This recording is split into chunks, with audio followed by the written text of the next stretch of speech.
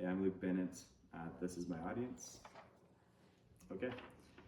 Edgar Allan Poe once wrote, "Because I feel that in the heavens above, the angels whispering to one another can find among them burning terms of love, none so devotion as that of mother."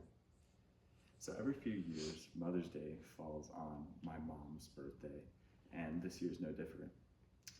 And all the time when that happens, I always see it as that's her day. Mother's Day is her day. So today, I'd like to dedicate the speech to her and explain a little bit about her life and her example to me and to many others, as it's soon to be her birthday and Mother's Day, or how I like to put it, her day.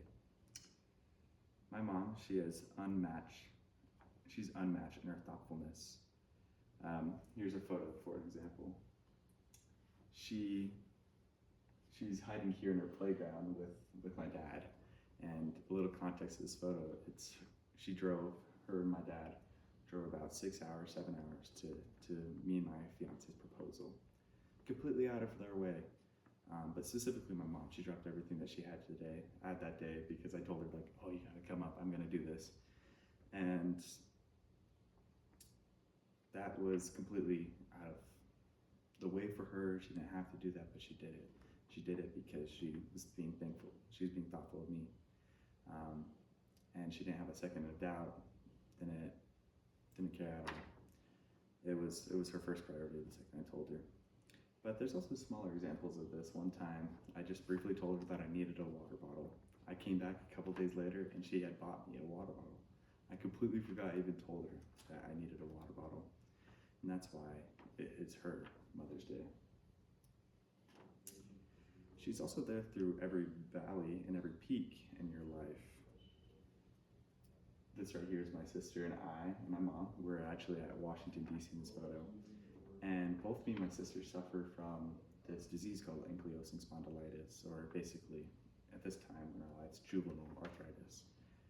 And my mom was there every step of the way for the both of us. She would inject us each individually with this medication. She would hug us when we were crying and in pain.